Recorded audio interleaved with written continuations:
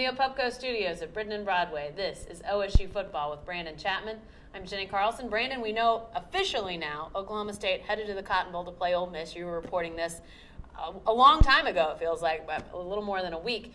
Talk about this as a building block for this program. What does it signify that this program is going to the Cotton Bowl, chance to win 10 games?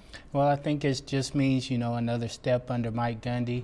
If you look at what the Cowboys have been able to do this year, especially with all the things they went through with Dez Bryant, losing Dez Bryant, Kendall Hunter nicked up for much of the season. I mean, they were playing without their two main offensive stars. Obviously, Zach Robinson was the third guy. And they still were able to win 9 games. They still have an opportunity to win 10 games.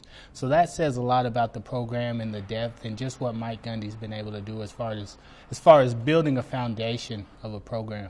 To win 10 games, you got to beat Ole Miss. Talk about this Ole Miss offense. We'll have a chance to hit on the defense at a later time, but this offense is where the star power lies for the Rebels. Exactly. Heading into the season, everybody was talking about Javon Sneed, their quarterback. They felt like he was one of the best quarterbacks in the nation, and he has the potential to really take over a game. He didn't play as well as they probably expected him to, but one guy who OSU really hasn't seen this year is a guy like Dexter McCluster. I mean, this guy, a running back, he's explosive. He can do it all. I think he had around 250 yards against a pretty good Tennessee defense. So that's a test that OSU hasn't quite had to deal with this year when you think in terms of just a dynamic running back who can change a game with one play.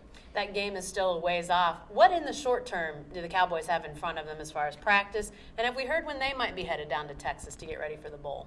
Well, yeah, their schedule comes out to where this week they have finals, obviously, and then on Friday they'll get things back going, get a little practice back in, and start getting prepared for the bowl game. I believe they'll be heading down to Texas right after Christmas. I believe on the 26th. That's when they'll start getting down there and start getting ready for bowl preparations and start having the bowl practices and everything like that. So they'll have the opportunity to go home and spend Christmas with their families, which is a good thing for them. All right, thanks, Brandon. Stay with the best coverage team anywhere at newsok.com and every day in the Oklahoman.